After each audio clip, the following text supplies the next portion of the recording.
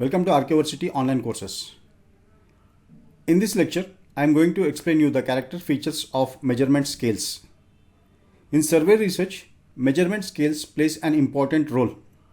When you develop a questionnaire, you have to pay attention towards these scales because the statistical analysis that you are going to perform in the future, whether to choose a descriptive statistical analysis or inferential statistical analysis, or you need to perform a parametric statistic test or a non-parametric statistical test, depends on your measurement scales. Now I explain you the measurement scales, their features along with real-time examples. In survey research, the measurement scales that we use are nominal scale, which is the lowest level of a measurement, followed by an ordinal scale, which is the next level, then interval scale, this is the third level, and a ratio scale, this is the highest level of a measurement. Now we look at what are the features of these scales. Now using a nominal scale, you can collect named variables like categories of variables. Then using an ordinal scale, you can collect the data on named variables as well as ordered variables. Whereas in case of interval scale, you can collect the data on named variables, ordered variables, plus proportionate interval between the variables. And when it comes to the ratio scale, this is the highest scale. You have a named variables, ordered, proportionate interval scales, as well as an absolute zero variables can also be collected using a ratio scale. So first we look at each individual scales. Now here we have a nominal scale. So nominal scales are record data at the lowest level of measurement, as we saw earlier. They are naming scales. Then they collect data on nominal scales as expressed as categories, such as when you in your questionnaire, when you have a gender, when you collect the details about a marital status, religion, country, region, then you are collecting a data using a nominal scale. And nominal scale also collects the data on dictomous data, that is for the questions like yes or no, win or lose, satisfied or not satisfied. Not only dictomous, nominal scales will also collect the data on multiple categories, that is two or more categories, such as school class like a freshman, junior, senior, marital status, single, married, or divorced, widowed, and favorite pastimes like watching television, reading, playing sports, visiting friends, sleeping, etc. So I'll show you the examples from a real life cases. So here is one questionnaire. So here sex is measured on a 2, that is a male and female. So this is a nominal scale. And similarly, are you Hispanic or Latino? Yes or no, nominal scale. Then your race, marital status, married, divorced, widowed, separated, never married, member of unmarried couple. So these are all your nominal scales.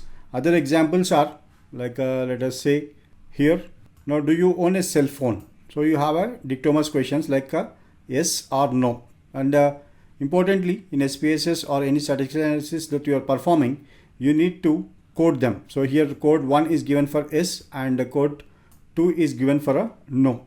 So this is another example of a nominal scale with dictomous. And here you can see that the nominal scale is having a 3 variables, that is savings account coded as a 1, current account coded as a 2, and both accounts coded as a 3. Similarly, you may have a multiple also, like multiple categories like a bank and a mobile operator, another company, do not know. So these are all examples of your nominal scale. Then next comes is your ordinal scale. Ordinal scales. An ordinal scale is useful for ranking a qualitative variables such as the order in which students complete assignments, or athletes finish a competition, adults list their preferences for certain food, or order in which clients rank the efficiency of services they offered. The numbers on ordinal scale having a meaning, that means 1 is given a least and 10 is the highest, and sometimes 10 is given a least and 1 is given as the highest. So every number in an ordinal scale indicates a preference. And the only measurement property that ordinal scales exhibit is order of objects. So it simply tells you the order. So we'll look at the examples here. So for example, so here, what is your average monthly income? So monthly income is an ordinal scale. Means an individual earning less than 10,000 is ranked as a 1, and from 10,000 to 50,000 ranked as a 2, and 50,000 to 1,50,000 ranked as a 3, and 1,50,000 to 3 lakhs ranked as a 4. So, or coded as a 4.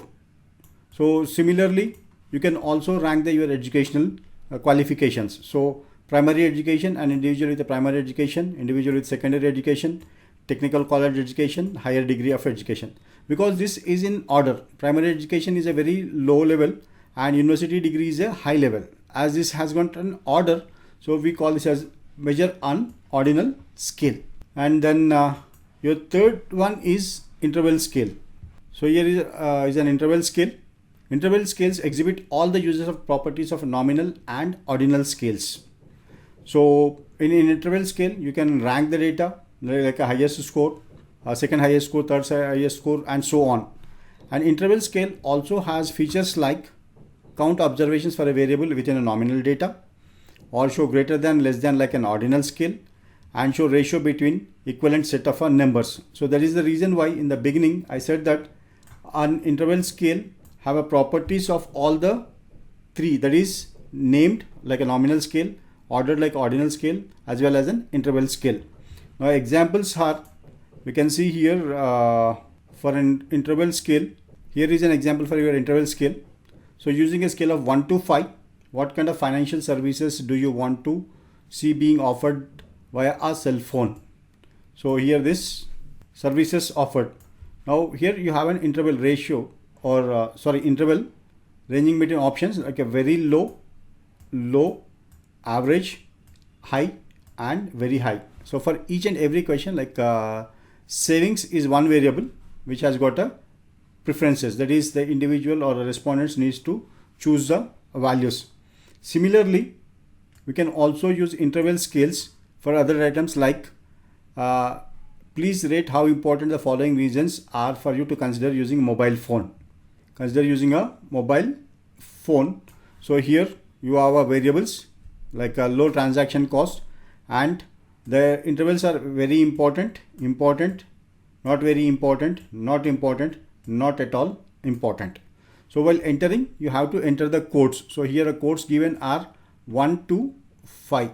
That means very important is given as a 1, whereas not important is 5. You can see the values here. So only the respondents will say, suppose somebody wants to answer this, they'll put as a 1, and somebody for answer this as a 5, and this as a 4, like this. So these kind of questions are called as interval scale questions. And the final one is the ratio scale. So the difference in the ratio scale, unlike interval scales that have arbitrary 0 point, ratio scales can indicate an absence or a presence. And other important factor is, in case of a units of a measurement on a ratio scale, it represents equal amounts of attribute measuring. Suppose if you are measuring something as a 10 kg, so 10 kilograms, and this is equivalent to 10 kilograms into 1000 grams. So in a ratio scale, either you use 10 kilograms or 10,000 grams, both are same. This is one. And second one is, in the ratio of any 2 points on a ratio scale is independent of units of measurement such as ounces and grams. Then next is that in case of a ratio scale, you will have an absolute 0. In the sense, suppose if you are measuring the income of an individuals, so income maybe 10,000 or maybe a 0. So absolute 0 value will be there in case of a ratio scale. And second is, the difference between one item and the second item will be the same. That is, say, suppose an individual earns $100 per day and another individual earns $200 per day. Now the difference between these two is $100. Suppose similarly, if there is an individual who is earning $500 per day and $600 per day, here also the difference is exactly the same 100. So in a ratio scale, we have this feature. In the sense, the ratio scale has an absolute 0 and the distance between two variables are same. And the third one is the units of measurement, even though it differ, it gives you the same value in case of a ratio scale. Whereas in an interval scale, you don't have a absolute 0 value, because when you say that here Take for example, very important and important. So an individual who rated very important and a second individual who rated the same feature as not important. So the opinion or the intensity between these two are not same from one individual to the another individual. So that is the feature of an interval scale. Whereas in a ratio scales, the difference between opinion of one individual and second individual, or income earned by one individual and second individual, or difference in the units of measurements are exactly the same. These are the four scales, that is your nominal scale, ordinal scale, interval scale and a ratio scale. Using these you can design the questions on your questionnaire as you saw in the examples here.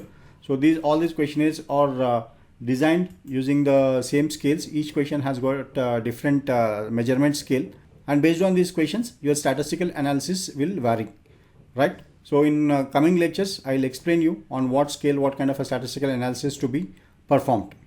Thank you for listening to the lecture.